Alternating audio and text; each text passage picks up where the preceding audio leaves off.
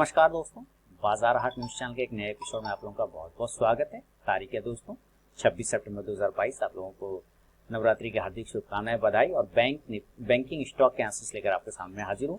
देखिए, बहुत सारे बैंकिंग स्टॉक है, लेकिन उन स्टॉक के पहले एनालिसिस करेंगे जो इस लिस्ट में शामिल नहीं है, क्योंकि मिस हो जाएगा ध्यान से। तो सबसे पहले इसमें कौन नहीं है? इसमें आपको इंडियन बैंक नहीं है।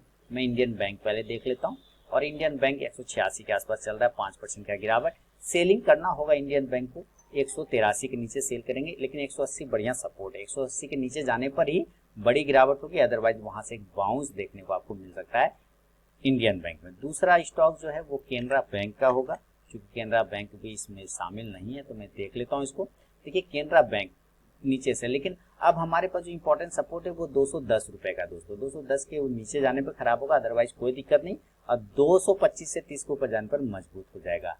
अब बात करता हूँ एयू स्मॉल फाइनेंस बैंक। तो आप यहाँ से देखिए, एयू स्मॉल फाइनेंस बैंक जिस तरह से यहाँ से अगर लो बनाने के बाद अगर मैं यहाँ से चलूँ कि यहाँ से इसका लो प्राइस था, और यहाँ से आप देखेंगे तो मैं इसको पहले डिलीट कर दूँ, थोड़ा सा गड़बड़ हो गया। या अब मैं यहाँ से एक प्राइस को यहाँ से लेता हूँ और ऊपर तक चलता हूँ, तो आप देखेंगे कि 142 पॉइंट ऊपर गया नीचे से, और अगर ऊपर से नीचे आया है तो लगभग 90 पॉइंट, लगभग माने खत्म कर चुका है अपना 50% से ज्यादा का गेन खत्म हो चुका है। तो इसका मतलब है कि 580 के नीचे जाएगा। हालांकि 600 के नीचे तोड़ चुका है सपोर्ट को, तो कमजोर तो है, लेकिन अब 580 के नीचे जाने पे ही और बिकवाली आएगा, अदरवाइज यहाँ पे कंसोलिडेट कर सकता है और 620 के ऊपर में पॉजिटिव मूवमेंट बन सकता है। एक्सिस बैंक 800 का हर्डल बन चुका है, 800 के ऊपर जब तक नहीं जाएगा ये इसी तरह से फंसता रहेगा। नजदीकी रेजिस्टेंस एरिया 770 का है, उसके ऊपर जाने पर ही पोजीशन बनेगा। 770 से आप 760 को भी पकड़ सकते हैं। हाँ, गिरावट तब बनेगा इसमें जब ये 740 के नीचे, 739 के नीचे ट्रेड करेगा, तो और गिरावट बनेगा। बंधन बैंक की तरफ चले दोस्तों, 260 है। देखिए, सारे स्टॉक्स मैंने लास्ट टाइम जो लाइव स्ट्रीमिंग किया था, मैं59 कहा था कि सारे फाइनेंशियल स्टॉक पे नजर रखिए और वहां पे आपको एक अपॉर्चुनिटी बाय ऑन डीप का मिलेगा। तो आप यहाँ से देखिए, बंधन बैंक अगर कल 259 के नीचे ट्रेड करता है तो आपको गिरावट बन जाएगा 250 तक। अदरवाइज अगर ये बाउंस करना है तो बिल्कुल सही जगह है जहां से ये बाउंस लेके ऊपर जा सकता है। बैंक ऑफ बड़ौदा मेरा एक फेवरेट स्टॉक रहा है। बैंक ऑफ बड़ौदा आज 3% हालांकि गिरावट है, लेकिन कोई दिक्कत वाली बात नहीं। देखिए, नीचे से इसने स्ट्रेंथ दिखाया, 124 से 128 पे क्लोज किया, तो स्ट्रेंथ तो दिखाया है।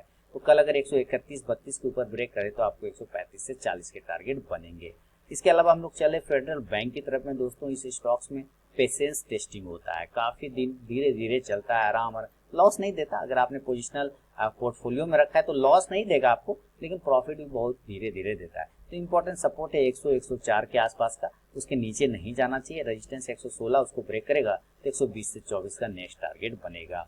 इसके अलावा एचडीएफसी बैंक जो मार्केट लीडर है, आप देखें थोड़ा कंफ्यूजिंग कैंडल बना के बैठा हुआ है, तो 1440 के ऊपर पॉजिटिव होगा, जो 1460 से 80 का लेके जाएगा, और 1420 के नीचे कमजोर हो जाएगा, 15 के नीचे कमजोर हो जाएगा, 1400 का टारगेट दे सकता है। आईसीआईसी बैंक 880 का रेजिस्टेंस है, वो ब्रेक करेगा तो पॉजिटिव होगा। अदरवाइज अगर 860 छोड़ दिया, आजकल लो ही पकड़ते हैं, 858 के नीचे गिरेगा तो 845 तक के टारगेट दे सकता है।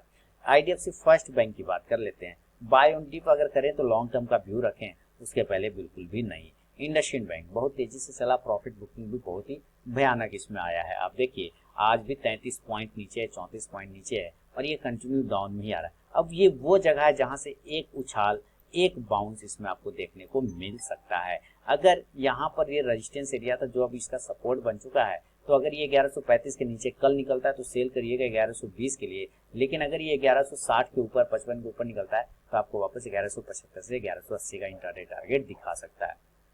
कोटक बैंक की तरफ बढ़ेंगे।